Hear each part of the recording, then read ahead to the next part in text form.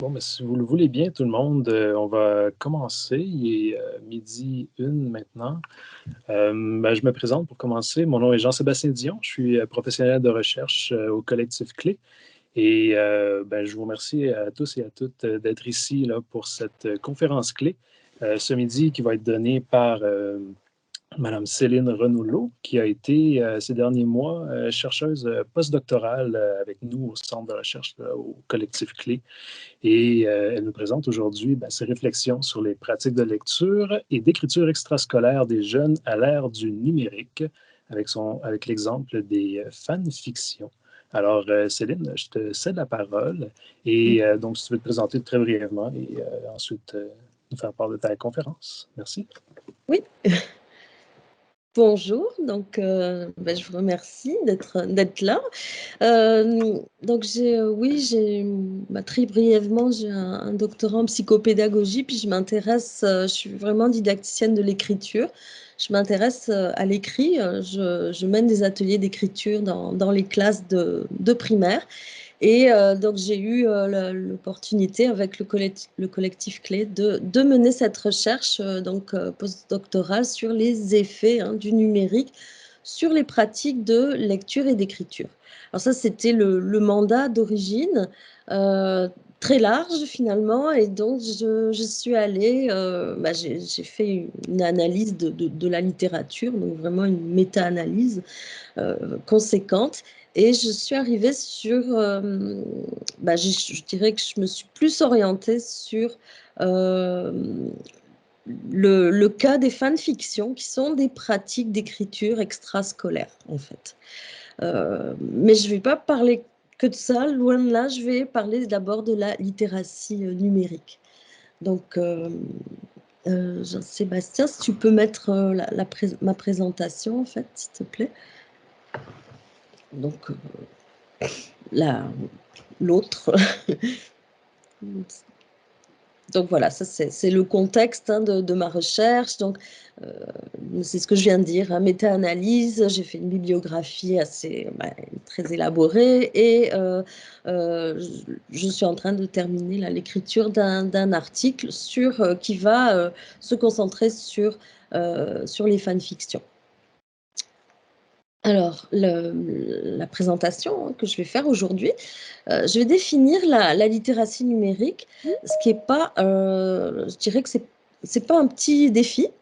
C'est un concept extrêmement pluriel, extrêmement large, ce qui m'amène ensuite à parler je dirais de l'écart générationnel entre ce qu'on appelle les digital natives et les digital immigrants. Alors, bon, ça se traduit, les natifs du numérique ou les immigrants du numérique. Alors, vous verrez en fonction de votre âge à quelle génération vous appartenez et ce qui nous caractérise selon les recherches. Ensuite, je présente un certain nombre de modèles qui ont été analysés d'écriture numérique. Et ensuite, je vais arriver sur les fanfictions et puis sur les réflexions qui ont émané de ces lectures et puis que ça m'inspire, puis que j'aimerais ensuite réaliser dans le cadre de recherche. Donc, le numérique, partout dans notre vie, dans vraiment notre vie quotidienne, sphère privée, la sphère professionnelle, bien sûr, des aspects plus ludiques aussi, et des aspects scolaires et universitaires. Donc, vraiment une grande diversité de pratiques avec le numérique. Il se trouve que c'est un univers largement investi par les jeunes et notamment par les adolescents et les jeunes adultes aussi, mais d'après toutes les recherches, les adolescents ont une place vraiment prépondérante dans l'utilisation actuelle du numérique, mais une certaine forme d'utilisation. Donc sur le plan de l'écriture, ils ont investi le monde des fanfictions, et ce qui nous permettra de voir que ça emmène ces jeunes dans vraiment un univers de grande créativité littéraire, qui n'est pas forcément offert par l'école. Donc, tu peux passer. Donc, je dirais, je vous emmène là un peu dans un voyage terminologique, hein, comme je l'ai appelé, de la littératie numérique, parce qu'il y a beaucoup, hein, beaucoup de définitions, beaucoup de nuances. Hein. C'est pas simplement définir les choses en ayant une. C'est pas possible d'avoir vraiment une définition unique. Hein. C'est très complexe. Donc, vers la fin des années 90, donc vraiment début, hein, au début des années 2000, apparition d'un certain nombre de termes. On parle beaucoup de culture numérique de façon très générale. On parle de littératie technologique et de littératie en ligne. Alors, le terme littératie, jusqu'à ces années-là, il était utilisé, je dirais, pratiquement uniquement pour se référer aux pratiques de lecture et d'écriture, mais pas du tout dans un contexte numérique. Donc là, on associe hein, littératie à cet univers virtuel numérique. Donc il s'agit, hein, une définition qui a été donnée au début des années 2000, de l'ensemble des compétences de base techniques, cognitives, sociales et culturelles hein, nécessaires à l'utilisation des technologies de l'information et de la communication. Une définition qui comprend plusieurs aspects. On voit que dans ce concept de littératie numérique, il y a plusieurs compétences hein, qui sont interdépendantes. Il y a la recherche d'informations, il y a la créativité qui est nécessaire pour pouvoir être être un utilisateur compétent. Il y a la nécessité de prendre des décisions, l'appropriation aussi des informations et des outils que l'on trouve. Hein, et cela développerait également la capacité hein, de l'utilisateur à évaluer ce qu'il trouve et apporter un jugement. Donc ça, c'est multiple. On parle aussi en anglais, hein, beaucoup de computer literacy, ITC literacy, e-literacy, new literacies, et literacies of the digital. Donc, selon les auteurs, il y a une multitude de termes et on s'y perd un peu dans ce méandre hein, de terminologie. Il y a un projet majeur hein, qui est le projet de Conseil de l'Europe qui s'appelle le projet e-langue qui a vraiment fait une méta-analyse de ce concept hein, de la littératie numérique en ayant une approche socio-interactionnelle, donc en se concentrant sur l'apport de l'enseignement-apprentissage des langues. Étant donné que je suis une didacticienne des langues, cet angle m'intéresse particulièrement. Donc, je suis allée chercher les références beaucoup dans ce rapport. Donc, on parle, donc le projet e-langue dit essentiellement, hein, Digital literacy is about mastering ideas, not keystroke. Donc, ce qui est important, hein, c'est non pas l'utilisation technique de la machine ou des logiciels ou des sites, de tout ce que l'on peut trouver, mais l'objectif hein, de cette nouvelle forme de littératie, c'est de maîtriser les idées et non pas les touches du clavier. Donc, c'est vraiment un accent qui est mis sur la dimension cognitive hein, en opposition à la dimension technologique. Donc, cela développe hein, une habilité à lire en cherchant le sens et en mettant l'accent sur la compréhension.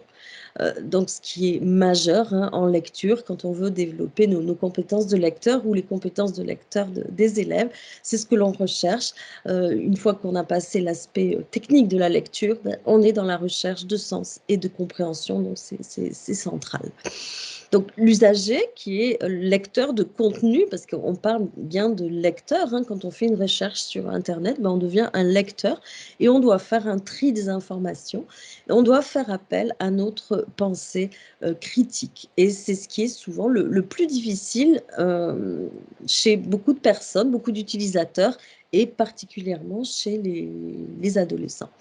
Donc, il est nécessaire de, Gilstone nous dit, make informed judgments about what you find online, et donc faire preuve de discernement pour ne pas se perdre dans, on s'est tous perdus vraiment dans les méandres d'Internet, dans la multitude de données, et arriver à s'arrêter aux informations pertinentes, c'est une compétence qu'on doit développer en tant qu'utilisateur et qui se développe selon les recherches.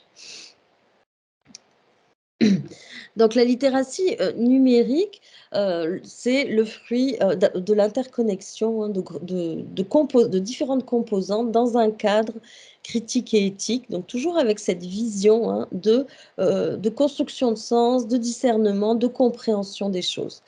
Elle se compose de plusieurs niveaux. Je dirais que la littératie numérique, c'est le terme global, c'est le fondement, et elle est composée d'autres littératies que les chercheurs nomment. On parle de la littératie de la construction de sens, qui est, selon moi, au cœur de la notion, composée de la littératie informationnelle et littératie des médias, et ensuite de la littératie de l'interaction. Donc, je vais essayer de ne pas trop vous perdre, mais c'est assez... Alors, oui, la littératie donc numérique est le fondement, c'est une condition préalable à tout autre accès donc aux autres littératies. C'est la capacité à identifier et à savoir utiliser des ressources numériques, donc c'est assez général. Et celle qui va nous permettre de construire du sens, elle est informationnelle et se réfère à l'utilisation des médias. Tu peux passer. Alors, la littératie informationnelle, pardon, ce qui est intéressant, c'est que ces notions-là ont commencé à être élaborées dans le cadre de recherche, mais aujourd'hui, elles sont définies officiellement dans des déclarations qui sont là, c'est une déclaration de l'UNESCO, donc qui émane d'organismes internationaux qui sont les documents des organismes tels que l'UNESCO, l'ONU, donnent des références mondiales. Donc, ces organismes sont parvenus à une certaine définition. Donc, la littératie informationnelle serait la compétence dans l'usage de l'information, comprend la reconnaissance de ses besoins d'information et les capacités d'identifier, de trouver, d'évaluer et d'organiser l'information, ainsi que de la créer également, de l'utiliser et de la communiquer efficacement en vue de traiter des questions ou des problèmes qui se posent. Elle est préalable à une pleine participation à la société de l'information et fait partie du droit humain primordial d'apprendre tout au long de la vie. Donc je trouve cette définition de l'UNESCO très riche, très importante, parce qu'elle met l'accent sur plusieurs aspects, sur le rôle réellement actif de l'utilisateur, sortir d'une posture passive qui est celle qui est la plus simple quand on a un premier accès aux informations sur Internet. Et ça incite la définition insiste sur l'aspect que l'utilisateur doit être ce que j'appelle un utilisateur éclairé. Il doit savoir lire, comprendre, évaluer, choisir, transformer l'information, créer des nouveaux contenus. Donc, c'est vraiment un utilisateur dans la mesure où il va prendre, je dirais, prendre la maîtrise de ses apprentissages ou des apprentissages qui sont faits à travers les médias. Ensuite, on a la littératie des médias qui est, je dirais, définie, mais de façon plus simple, moins extensive. Donc, c'est tout ce qu'on appelle tous les genres qui sont liés aux médias, l'écriture par courriel, l'écriture dans les forums, toutes les formes d'écriture que l'on peut rencontrer dans nos besoins de communication, je dirais, quotidiens. Donc, et elle comprend aussi la façon dont les messages sont construits et interprétés sur les médias technologiques. Donc, ça fait l'objet de recherche et d'observation. passer. Donc la littératie de l'interaction, celle-ci, cet aspect-là, je dirais, de la littératie m'intéresse particulièrement, puisqu'elle va découler, hein, ultimement sur l'interaction, hein, et ce qui se passe entre les lecteurs et les scripteurs et les auteurs, hein, on parle d'auteurs, et aussi également entre les différents auteurs qui vont écrire sur le web. Donc, la littératie de l'interaction, on parle de capacité d'interagir et d'agir ensemble en utilisant les technologies à disposition. Donc, on est vraiment dans la co-construction. On n'est plus dans la consommation à sens unique, seule d'informations. On est dans l'interaction et la construction de savoir. Donc, cela implique, hein, des codes sociaux et communicationnels qui vont être différents selon l'interface que l'on emploie, que ce soit là, j'ai mis des exemples courants, hein, courriel, message texte, forum, Facebook, Twitter. On sait que tous ces moyens sont des moyens de diffuser des informations, hein, pas uniquement d'envoyer un message et d'attendre une réponse, mais aussi diffuser des informations, du savoir, d'entrer en interaction avec d'autres utilisateurs, de confronter nos idées, d'enrichir nos idées, etc. Donc, les usages sont modélisés par l'interface que l'on utilise. Il y a des contraintes techniques et ce qui entraîne un certain mode de communication. On peut dire, si on exerce un regard critique sur cet aspect-là, qu'on est en quelque sorte conditionné, hein, je dirais quand même contraint d'entrer dans un format qui nous est proposé. Donc, oui, la littératie de l'interaction, donc en grand développement ces dernières années, il y a eu, et on observe donc sur internet, développement, à grande échelle, hein, de pratiques de lecture et d'écriture, et donc la dimension sociale est de plus en plus présente. Multiplication de forums, de blogs, d'échanges, de plateformes, de création de contenu, donc énormément de possibilités, hein, d'échanger et d'entrer en interaction avec les autres internautes. Donc, on parle de création d'espaces de socialisation langagière. Alors ça m'intéresse évidemment particulièrement, hein. Ça fait référence à la notion, hein, bien développée par Wenger, Leif et Wenger, des communautés de pratique, hein. Donc, on a là des groups of people who share a concern, a set of problems, or a passion about a topic, and who deepen their knowledge and expertise in this area by interacting on an ongoing basis. Donc, vraiment, on voit qu'il y a un partage de préoccupations, de problèmes, hein, de passions, si je le traduis comme ça, à vue, autour d'un sujet, et ce qui permet d'approfondir nos connaissances et notre expertise. Et ça, c'est l'aspect intéressant de la communauté de pratique. Donc, dans les études, hein, de Leif et Wenger, les processus d'apprentissage vraiment sont soutenus, hein, dans ce contexte de littératie numérique, sont soutenus par la participation à des pratiques sociales qui s'inscrivent dans une communauté.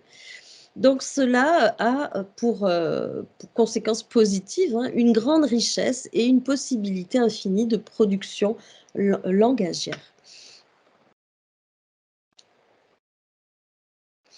Alors, les études sur la socialisation langagière qui ont été faites ont mis en relief le fait que il n'y a pas un locuteur expert qui est le seul pourvoyeur d'informations, d'input, on parle, hein. C'est-à-dire, il n'est pas dominant dans l'interaction, hein. Il y a un locuteur expert, et il peut y avoir un locuteur expert et un locuteur moins expert, l'un qui amène de l'information, l'autre qui en acquiert, il y a les deux, et cette interaction, cette action conjointe, en fait, permet de structurer les connaissances, les émotions, l'activité sociale. Donc, il n'y a pas un rôle qui est plus important que l'autre, mais les deux sont complémentaires et nécessaires. Une action conjointe, ça débouche sur une action conjointe, une collaboration, une élaboration de contenu partagé. Et ça, c'est vraiment l'apport majeur, hein, de la littératie numérique. Ce qui amène à de nombreuses possibilités, hein, cette production d'interaction langagière se caractérise par plusieurs éléments. Donc, il y a la rapidité, qui en est un, la capacité à s'échanger des informations en temps réel, l'instantanéité, l'ubiquité, en fait, le fait de pouvoir être dans plusieurs endroits à la fois, avec plusieurs écrans, on peut communiquer avec plusieurs interfaces. Enfin, il y a toute multitude de possibilités qui sont grâce aux outils technologiques, et cela décuple nos champs d'action. Donc, ça entraîne une modification aussi de notre conception de l'espace-temps. Nous nous inscrivons vraiment dans l'immédiat, dans la production langagière immédiate qui va parvenir à un interlocuteur potentiel, virtuel, très rapidement. Donc, ça amène cette dimension ubiquitaire dans nos relations. Notre temps peut être dupliqué, disent certains chercheurs.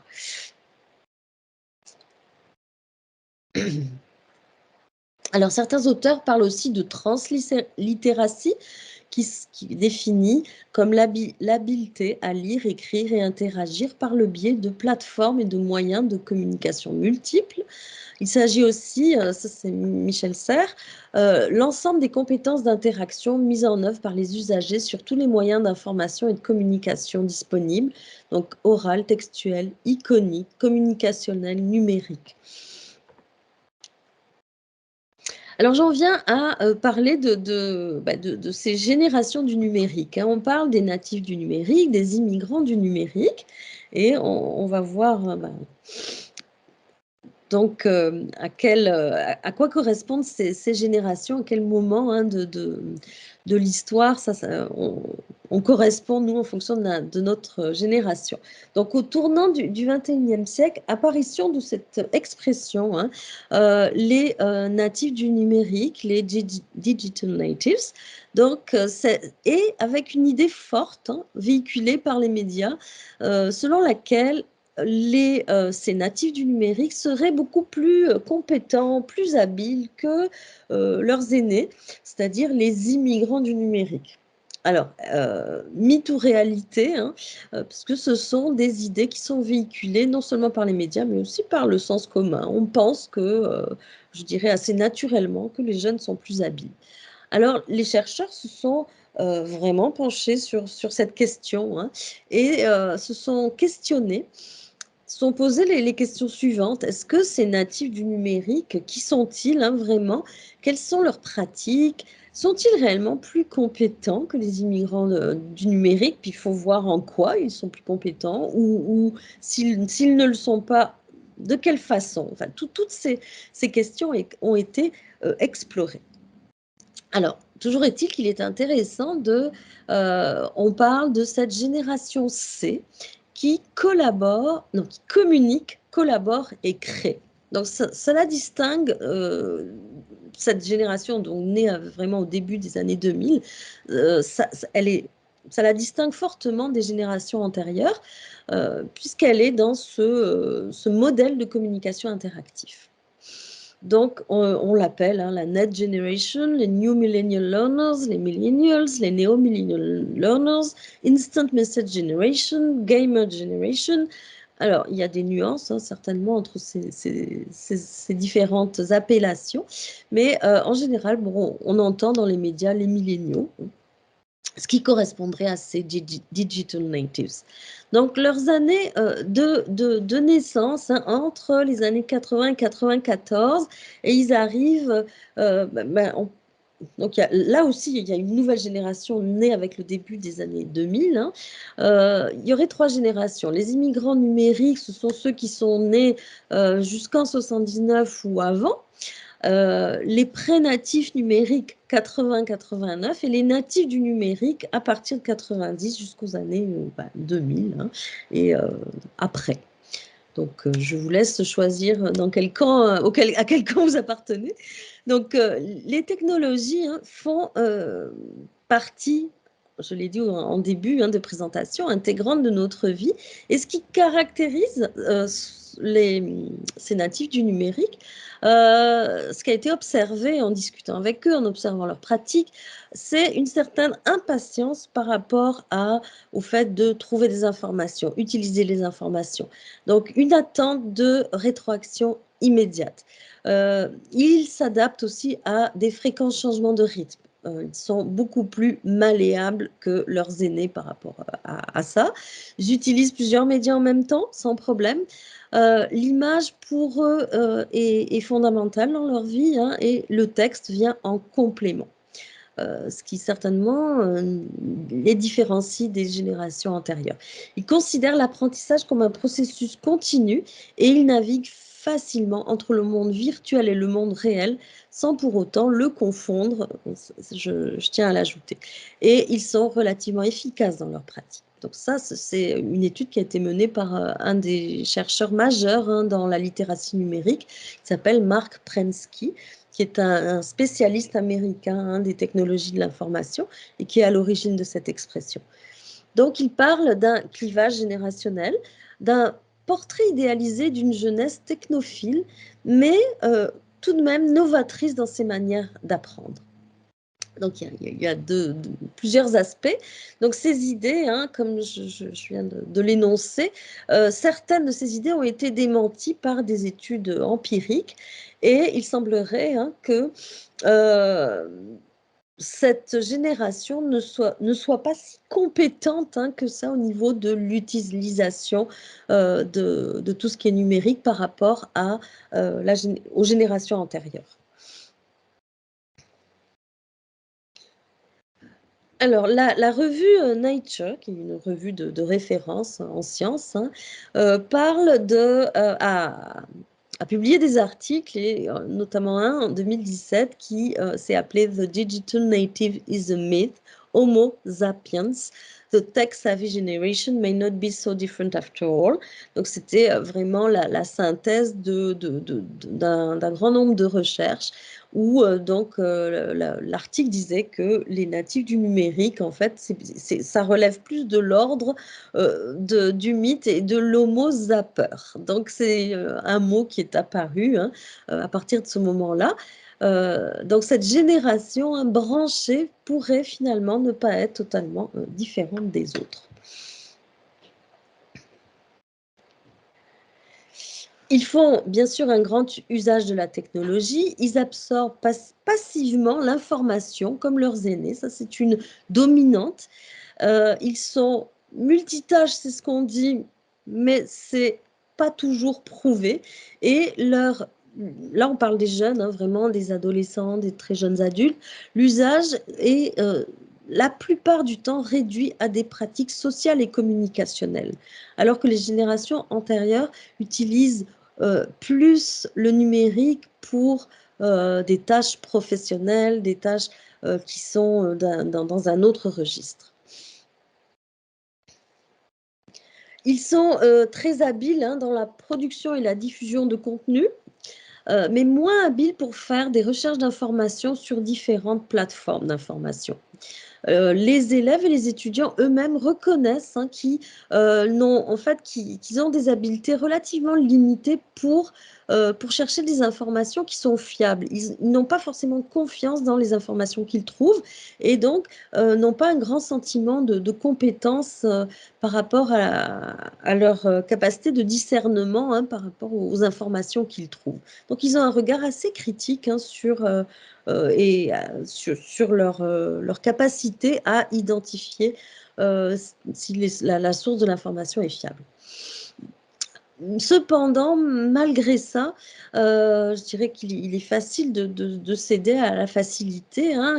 C'est ce qu'on fait tous aussi en allant chercher sur Google ou Wikipédia, même si on met en doute la fiabilité des informations que l'on trouve en premier immédiatement. Les jeunes, les étudiants privilégient tout de même ces deux moteurs de recherche. Seuls, je dirais, les plus curieux vont aller vérifier la fiabilité des informations. Donc, c'est vraiment une minorité. Alors, l'écriture numérique, Multitude de formes, hein. Écrire avec les outils numériques, ce n'est pas seulement, hein, un exercice fondé sur un changement de support, mais ça entraîne, hein, une reconfiguration d'un système de production de sens. Donc ça amène l'auteur, hein, dans la réflexion, donc comment il va organiser ses idées en fonction de la plateforme sur laquelle il va produire son texte. Alors, Lassalle et Lebrun, qui ont fait un grand nombre de recherches sur l'écriture numérique, ont identifié 5 grandes caractéristiques dans l'écriture numérique. On parle d'hypertextualité, de design adapté, d'interactivité, de multimodalité et de collaboration. Alors, l'hypertextualité, hein, c'est un processus visant à produire un hypermédia, soit une interface textuelle ou visuelle constituée d'hyperliens, hein, menant vers des documents de différentes natures. Ce qui donne cette dimension, hein, enfin, cet aspect pluridimensionnel au texte que l'on produit, ce que l'on ne peut pas faire avec un texte écrit qui n'est pas sur une plateforme numérique. Donc, c'est une ouverture là, de possibilités qui n'existaient pas. Il est nécessaire de concevoir les documents avec un design adapté, hein. Le texte produit doit être modifié, voire réécrit pour capter l'attention du lecteur. On accorde une grande importance, hein, à tous les aspects visuels, mise en page, couleurs, tous ces éléments. Le design fait partie des compétences à développer dans la mesure où on est dans l'écriture numérique. Donc, les élèves doivent développer des compétences, hein, l'écriture multimodale et interactive, aller chercher d'autres moyens de communication, le design numérique et les scripteurs deviennent des designers aussi, qui développent ces compétences. Donc, par rapport aux façons, voyons, à la façon que les lecteurs ont de lire, les recherches ont montré en fait que on ne lit pas de la même façon un texte papier ou un texte numérique. Donc, les lecteurs ne lisent pas les textes en ligne comme ils lisent les textes imprimés. On saute d'un paragraphe à un autre, on va plus vite. C'est comme si on scannait les textes. Donc ça a été pas mal analysé avec tout ce qui est neurosciences, hein. On a vu comment le cerveau fonctionne par rapport à la lecture et le numérique. Donc, il y a un fonctionnement qui est différent. Et l'attente du lecteur numérique, c'est d'avoir accès rapidement à la substance du texte. Il n'y a pas, je parlais d'impatience, hein, qui caractérise cette génération, mais ça va de pair avec ça, le désir d'accéder très rapidement à l'information nécessaire. Donc, on pourrait voir aussi une volonté utilitariste rapide d'être efficace. Alors, l'aspect multimodal, hein, se réfère à l'utilisation de différents modes, donc le recours à des images, le recours aux mots, le recours au son aussi, à des aspects auditifs, souvent sur le même support. Donc, on intègre, hein, cette multimodalité dans l'écriture numérique, ce qui la rend d'une certaine façon très, très riche, hein, et très plurielle. Donc, si on la décrit, hein, la matérialité, ça va être fait appel vraiment à des ressources sémiotiques, hein, qui sont de l'ordre du texte, des images, du son, comme je viens de dire. L'architecture visuelle est très importante, hein, la manière dont on compose nos textes. Tout ça est articulé. Donc, le design, la façon dont les individus vont maîtriser ce design va avoir un impact sur leur lecteur. Donc, la production, la création et l'organisation, hein, d'un texte va être vraiment... on a comme produit, on peut avoir des films, des podcasts, des textes qui sont visuels, des pièces de théâtre qui nous amènent vers des liens audio. Donc, une multiplicité qui est vraiment qui est décuplée avec cette possibilité d'écriture multimodale. Ce qu'on appelle l'interactivité dans l'écriture numérique, donc C'est un texte, hein, le texte numérique, c'est un texte à lire, mais c'est un texte aussi à manipuler. En tant que lecteur, on peut le faire bouger également. Ça, c'est une dimension nouvelle dans l'écriture. Donc, cette dimension manipulable, hein, également, elle ouvre, hein, sur tout un tas de possibilités de création et dans l'interaction. Il y a également, bah, dans tout ça, je dirais, c'est pas séparé, hein. Ça implique une collaboration. Donc, dans les pratiques informelles d'écriture, hein, et de plus en plus, ben, de plus en plus, ça s'intègre progressivement dans les écoles, hein, mais on a accès à des logiciels qui permettent de produire des textes multimodaux. Donc, peu à peu, certains enseignants s'y intéressent et amènent ça dans les écoles. Mais en tout cas, tout ça se pratique dans un contexte de collaboration. Donc, je parlais de communauté de pratique, d'interaction. On est vraiment dans, si on pense à la didactique, dans une perspective interactionnelle, hein, vraiment, où il y a la collaboration est au cœur de l'apprentissage, si je fais un lien avec l'apprentissage de la lecture et de l'écriture en classe. Je peux passer, Jean-Sébastien? On parle aussi, il y a une expression qui apparaît aussi dans les recherches, c'est l'écriture réticulaire. Bon, elle est moins courante, hein, mais c'est l'écriture via un réseau, donc via Internet, en opposition à l'écriture qui peut être faite sur un support informatique, mais qui n'est pas, donc un document Word, mais qui n'est pas en réseau. Donc là, il n'y a pas de dimension multimodale. Donc la réticulaire, c'est vraiment celle où il va y avoir une dimension multimodale. Donc, ce que je trouve intéressant dans tout ça, hein, ce qui est important, c'est de considérer, de se poser la question, c'est la question que je me pose actuellement, hein, de comment mobiliser toutes ces connaissances, hein, d'écriture, toutes ces compétences d'écriture extrascolaire chez les élèves et considérer que ça peut être un levier sur le plan didactique à l'écrit. Donc, je présuppose, hein, il y a d'autres chercheurs, il y a Barré de Mignac, il y a Pinlou, hein, qui travaillent sur l'écriture numérique et qui se questionnent sur la pertinence de se pencher sur vraiment ces nouvelles formes d'écriture extrascolaire et les amener dans la classe. Étant donné qu'elles ont pris vraiment une ampleur ces 20 dernières années, hein, à partir de 2000 jusqu'à aujourd'hui. Et ben, les fanfictions notamment, j'y arrive, je vais vous en parler. Donc, les fanfictions, une écriture numérique extrascolaire. Qu'est-ce que c'est une fanfiction? C'est une histoire reprenant les éléments d'un produit culturel de masse que l'on apprécie. Cela donne la possibilité, hein, de production littéraire, cinématographique ou artistique.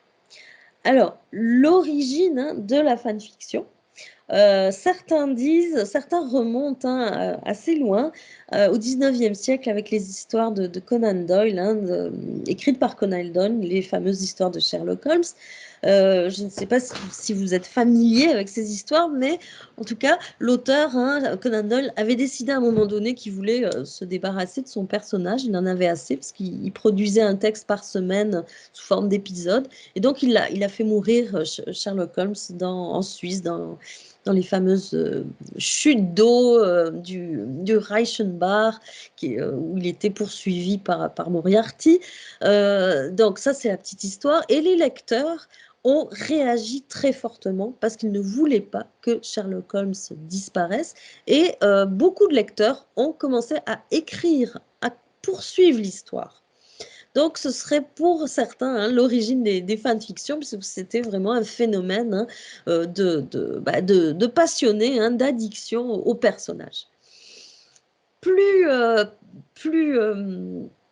récemment, et je dirais plus largement, un consensus plus largement partagé, c'est le véritable début, c'est quand même dans les années 60. Donc, ça fait quand même un moment avec la série Star Trek. Donc, Et donc, on est aux États-Unis. Il y a le phénomène des fanzines, les magazines créés pour des fans, par des fans. Donc, vraiment, c'est très américain. Et les spectateurs, hein, qui font vivre, enfin qui vivent, qui font vivre de nouvelles aventures aux héros de la série Star Trek. Et à travers vraiment la production d'écriture. Et ensuite, je dirais que le phénomène des fanfictions a été relancé par Harry Potter. Là, ça a été un envol absolument phénoménal, hein. Tout le monde connaît le succès de cette série, mais au niveau des fanfictions, ça a créé, je dirais, un raz-de-marée, hein, de production littéraire. Donc, un des sites de production de fanfiction qui s'appelle fanfiction.net, hein, en 2016, répertorié 753 000 histoires inventées à partir des histoires d'Harry Potter, toutes langues confondues, donc on compte une trentaine de langues, et toutes écrites par des fans d'Harry Potter. Ce que ça implique, c'est que les fans, en fait, s'approprient les caractéristiques initiales des personnages, mais les font évoluer. Donc, il y a une grande créativité. Ils les font changer de contexte. Ils peuvent leur ajouter des caractéristiques aux personnages, des caractéristiques psychologiques, physiques. Il y a vraiment... les fans amènent leurs héros dans d'autres univers qui correspondent aux univers dans lesquels ils veulent exprimer leur créativité en écriture. Donc, cette écriture, hein, se génère en dehors, hein, du milieu scolaire, mais elle est vraiment régie par des règles qui sont relativement strictes. Je suis allée sur plusieurs sites de fanfiction et on trouve systématiquement des règlements, des chartes, hein, qui vraiment insistent sur le respect des utilisateurs. On est dans une communauté vraiment où le respect est de mise. Et il y a des modérateurs pour veiller à tout ça. Donc, je vais vous présenter la charte du site Fanfiction, puisque c'est un des sites les plus explorés, les plus utilisés. Donc, où il y a des histoires dans plus de 30 langues et où il y a 2 millions d'utilisateurs. C'est quand même énorme, hein.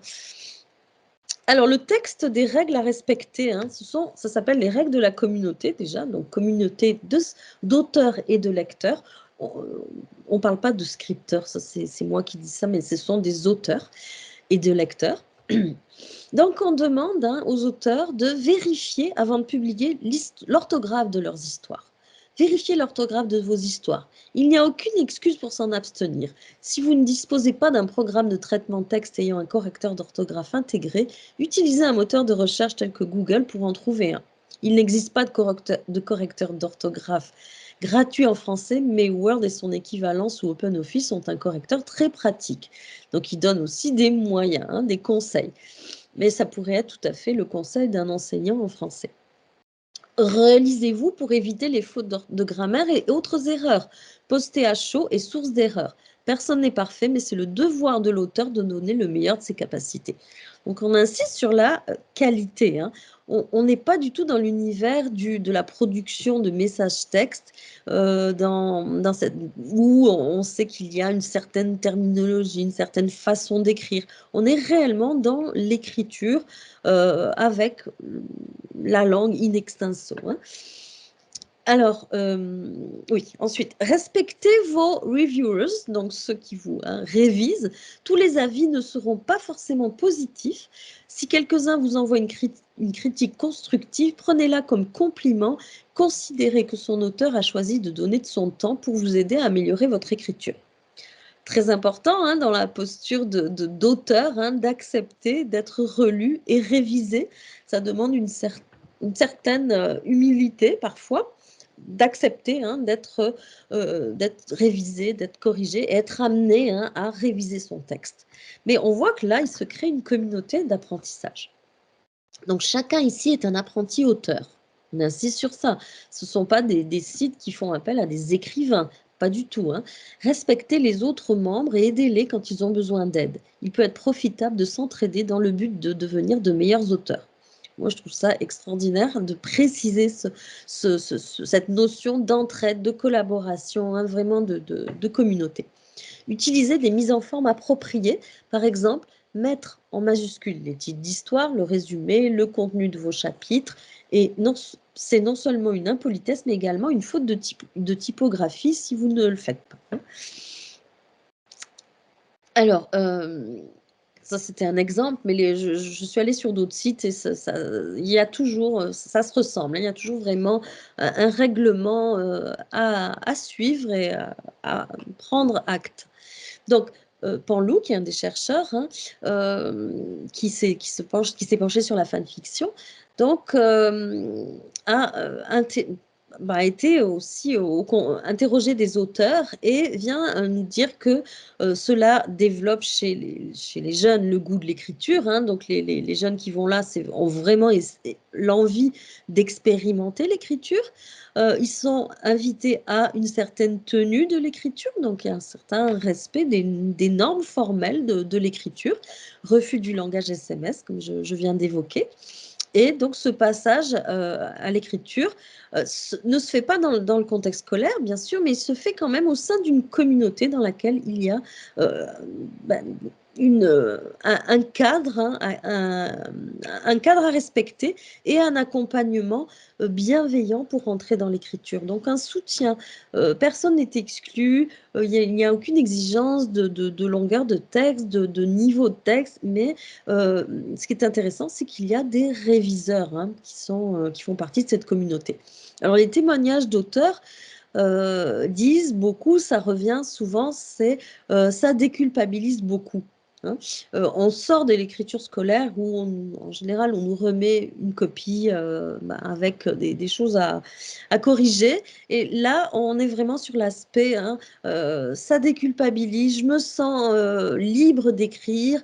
Donc, les auteurs, hein, qui ont expérimenté, qui écrivent dans les sites de fanfiction, disent tous avoir progressé en écriture grâce aux conseils de la communauté. Alors tout ça, moi, ça m'amène bien sûr à penser au rapport à l'écrit que j'ai exploré dans ma thèse. Et donc j'aurais envie, je dirais, dans les recherches à venir, hein, d'analyser, il y a de nombreux aspects qui sont intéressants. Il y a les stratégies de passage à l'écriture, comment un jeune ado qui écrit plus ou moins à l'école, qu'est-ce qui se fait qu'il passe, hein, qu'il a l'envie de passer à l'écriture dans un autre contexte, dans celui des sites de fanfiction. Il y a aussi, ce qui est intéressant, les apprentissages effectués par les auteurs et les lecteurs. Quels sont les types d'apprentissage? Quelle gestion du déjà écrit, donc le déjà écrit, le produit, ce qui est produit et mis à disposition sur le site, comment, hein, comment les autres se l'approprient? Quels sont les choix aussi narratifs des auteurs? De quelle nature sont les savoirs qui se construisent? Je pense qu'ils sont a priori, hein, multiples. Hein. Il y a vraiment les savoirs textuels, linguistiques, mais il y a aussi les savoirs communicationnels. Il y a beaucoup de savoirs qui rentrent en ligne de jeu dans ce processus d'écriture. Est-ce qu'ils sont transférables dans le monde scolaire? Ça, on peut se poser la question. Quelle culture de lecture et d'écriture se met en place à travers ça? Et se questionner sur la modification ou non, hein, du rapport à l'écrit par le biais de ces pratiques collaboratives. Donc vraiment des axes de réflexion vraiment que je trouve intéressants par rapport à ça. Donc s'interroger sur sur le rapport à l'écrit des auteurs de fanfiction en particulier. Et la grande question, moi, à laquelle j'aimerais trouver des réponses, comment tirer parti sur le plan didactique de cet engouement pour ce genre de texte? Parce que il pourrait y avoir, hein, je ne sais pas ce que vous en pensez, peut-être j'aimerais bien vous entendre après, une certaine réticence de la part des jeunes, du fait que, étant donné que c'est une pratique extrascolaire, donc dans leur domaine de loisirs, en dehors de l'école, est-ce qu'ils vont être partants, enclins, est-ce qu'ils vont avoir envie, hein, de transposer cette pratique dans le contexte scolaire? Moi, je ne sais pas, je me pose la question. Donc, les fanfictions, en tout cas, un nouveau genre fortement identitaire, une reconnaissance forte générationnelle, un partage générationnel. À travers ce partage, il y a un partage de codes culturels et sociaux, bien sûr, hein, qui font que les auteurs et les lecteurs sentent qu'ils appartiennent à une communauté particulière, une communauté pour eux privilégiée, hein. Donc, j'ai mis sur ma présentation c'est un site, hein, qui s'appelle attendez, je vais aller le chercher, je ne sais plus. Le héron à la plume flamboyante, je crois. Peut-être, Jean-Sébastien, est-ce que tu peux cliquer sur le premier lien? Je ne sais pas si ça marchera.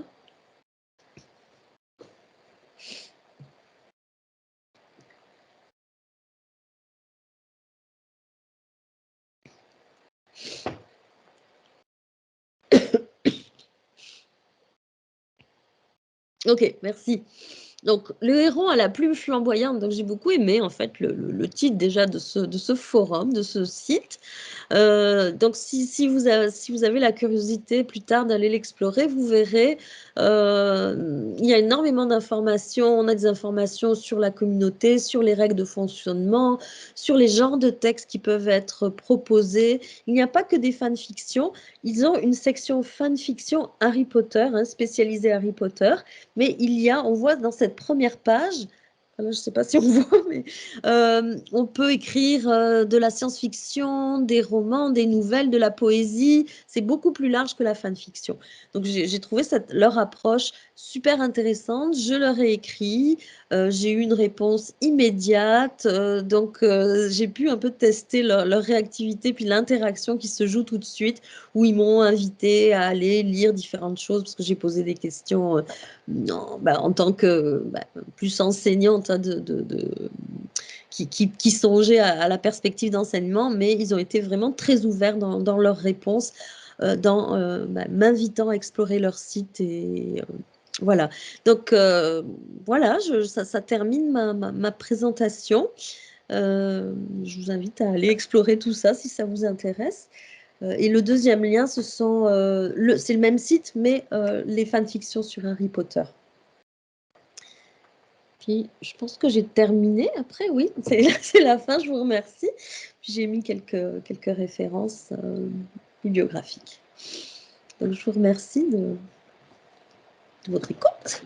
Super, merci beaucoup, Céline. Est-ce que vous avez des questions?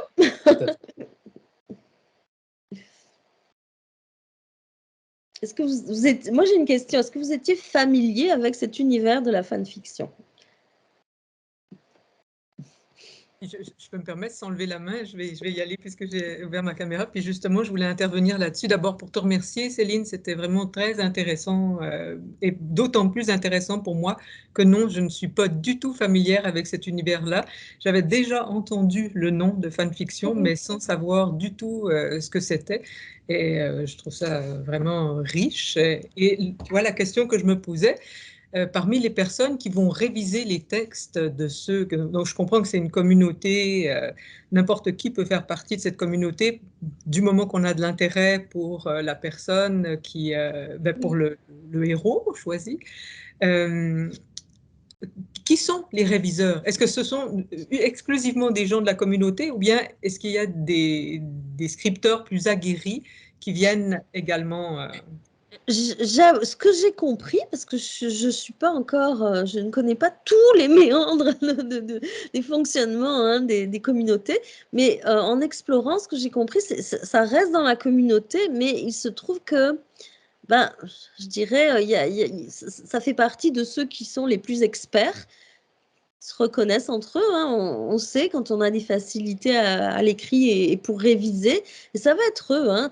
Il n'est pas nécessaire d'avoir un titre, une qualification particulière en français, mais ce sont les lecteurs scripteurs les plus experts qui font partie, hein. C'est une question que j'avais posée, qui font partie de ceux qui sont admis comme réviseurs. Tout le monde ne peut pas être réviseur. Je dirais, ce que j'ai compris, c'est qu'il faut quand même faire ses preuves, hein, en ayant été d'abord auteur, lecteur, avoir fonctionné dans la communauté, puis pour arriver réviseur.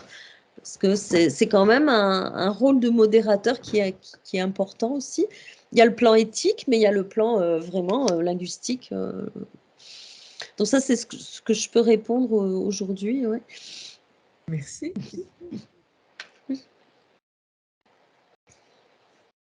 Je vois une petite main On a qui une se question lève. de Louise, si vous voulez y aller, madame.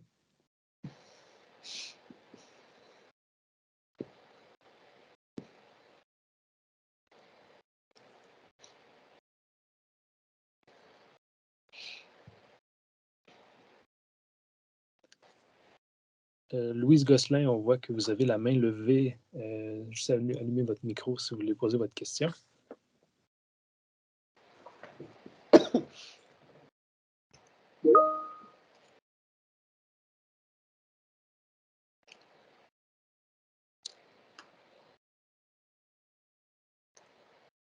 Je suis censée lire le message, là? Je sais pas. Je vois pas vraiment. Je peux prendre la question de Natacha là, dans le chat qui nous dit dans le cas de la traduction, les administrateurs du site web cherchent des personnes formées. Il ou elle demande même une preuve de traduction et le travail est bénévole. Ok, pour les traductions. Ça, je savais pas. Ouais. Ok. Le travail bénévole, oui, c'est une communauté de bénévoles, c'est clair. Hein. C'est noté dans la plupart des sites, oui. C'est sûr que la traduction, ça ne s'improvise pas. Hein. Moi, je suis traductrice à l'origine. J'ai fait l'école de traduction de Genève avant d'être dans la didactique du français. Donc, c'est un métier à part entière et très exigeant. Et c'est pas parce qu'on est bilingue qu'on est un bon traducteur. Donc, effectivement, je comprends qu'il y ait une exigence hein, de formation. On a Capucine qui a une question. Vous pouvez y aller. Bonjour tout le monde. C'est pas vraiment une question, en fait, c'est un témoignage en tant que maman d'ado. Ah. Et j'ai une de mes filles qui est une grande lectrice de fanfiction, et puis c'est elle qui m'a initiée, on va dire. Puis en fait, ce qui est fascinant, c'est que en fait, elle est fan aussi d'un groupe qui s'appelle de sud-coréen, BTS. Ouais. Et en fait, elle retrouve ces personnages-là, donc qui sont des vraies personnes de la vie réelle, dans ces fanfictions-là. C'est comme ça qu'elle est rentrée dans ce monde-là. C'est qu'il y a des personnes, enfin en tout cas des fans qui écrivent des histoires en mettant en scène ces chanteurs. Donc c'est un moyen aussi de continuer, en fait, d'avoir des liens qui n'existent pas dans la réalité avec ces chanteurs dont les jeunes sont des fans. Donc ça va chercher, oui, le milieu littéraire, mais aussi d'autres milieux qui interpellent les jeunes. Oui, oui c'est vraiment, mais là, ça vient toucher l'aspect multimodal hein, dont je parlais, mais c'est intéressant, merci beaucoup. Oui, j'ai juste un élément, c'est ma préoccupation, moi, c'était par rapport à l'exposition. Est-ce qu'il y avait des textes qui étaient plus adultes, avec du contenu un peu plus délicat ou plus osé, lié à la sexualité, par exemple, ou à la violence? Mais je pense qu'ils ont même des chartes par tranche d'âge ou par... donc c'est assez sécurisé, c'est ça qui me rassurait, moi, en tant que... Oui. Parce qu'on voit pas ce qu'ils lisent derrière leur écran. Donc... Non, c'est clair. Non, mais ce que j'ai vu, c'est effectivement ça, qu'il y a des tranches d'âge. Alors, bien sûr, je ne sais pas dans quelle mesure ça peut être vérifié, oui. hein, mais ben, il y a quand même des remparts, des précautions qui sont prises. Mais bon. Merci. Merci beaucoup. En tout cas, merci beaucoup, c'était très intéressant. Merci. Merci. Je propose qu'on prenne une dernière question, si vous voulez bien, étant donné qu'on est rendu à 13 heures. Oui. On a M. Pierre Rajotte qui a une question. Vous pouvez ouvrir votre micro. Oui, merci beaucoup. C'était très intéressant. J'ai beaucoup apprécié. Moi, je suis sensible à votre question. Est-ce que c'est transférable au milieu scolaire? Selon vous, est-ce que déjà en amont, pendant la formation des futurs maîtres, donner des cours de création littéraire, par exemple, est-ce que ce serait quelque chose qui pourrait favoriser là, la passerelle vers le milieu scolaire, dans la mesure où plus les futurs enseignants vont être habilités à travailler avec la matière créative, plus ils seront en mesure, évidemment, de tirer profit dans leur enseignement et d'aller chercher les apprentissages à faire, que ce soit justement la vérification d'orthographe. J'ai trouvé ça intéressant, ce que vous avez signalé, là, la question de se réviser, etc., etc. Oui. Ben, moi, je fais partie des didacticiennes du français qui rêvent hein, que tous les étudiants entrent dans l'écriture, que tous les futurs, que les étudiants, futurs enseignants au primaire et au secondaire fassent l'expérience de l'écriture, de la création littéraire. Je leur en parle, j'utilise la littérature jeunesse, je les incite, je leur propose même des moments d'écriture. Mais je pense honnêtement qu'aujourd'hui, dans les formations, ce n'est pas assez développé. C'est clair. C'est quelque chose que je trouverais très important pour aller au-delà simplement, c'est pas simplement, mais de la maîtrise de la langue sur le plan formel, mais allons chercher le plaisir de l'écriture, la créativité, l'envie, mais ça s'expérimente, ça vient pas comme ça. Et je pense que ça doit s'expérimenter dans nos classes à l'université. Faire des ateliers d'écriture dans les cours de didactique, je trouve que ça a du sens. Je suis convaincue, je suis très convaincue que ça générerait ça allumerait des étincelles. Nécessaires pour aller ensuite transposer ça dans leur propre enseignement secondaire. Parce que c'est difficile de ne pas du tout avoir expérimenté la création littéraire, même si on maîtrise bien le français, puis d'arriver en classe et puis de se dire ah ben on va faire des ateliers d'écriture. Mais ça, c'est la pensée magique pour moi. Donc, voilà, je crois vraiment, je partage votre préoccupation. Merci. Merci.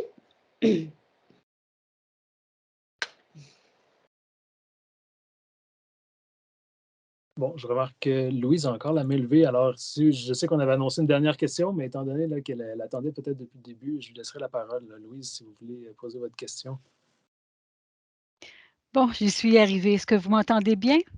Oui. Oui. Alors, je me pose des questions sur l'écriture inclusive. C'est-à-dire, quand on écrit des participants, PANT.E.S. Est-ce que vous remarquez si c'est utilisé dans les textes? Je sais, par exemple, qu'en France, il n'est pas question de montrer l'écriture inclusive. Le ministre de l'Éducation, je pense qu'il trouvait ça trop lourd. Oui, trop complexe à mettre en place. Oui, c'est ça. Puis j'aimerais en même temps connaître votre avis là-dessus, mais juste avoir votre air. Je suppose que vous êtes en faveur. Oui, mais je suis en faveur. Mais je dis pas que c'est simple, c'est clair, c'est complexe d'entrer dans la maîtrise de l'écriture inclusive. J'ai lu récemment un petit guide de l'écriture inclusive qui m'a amené pas mal d'idées. Je pourrais vous trouver la référence, l'envoyer à Jean-Sébastien, par exemple. Oh, je serais très intéressée, oui. C'est un guide qui a été élaboré par un collectif qui s'intéresse à Québec, qui s'intéresse à toutes ces questions de genre. Hein, et ils ont vraiment produit un guide écriture inclusive dans lequel ils proposent des solutions, ils proposent des pistes pour écrire vraiment très concrètes.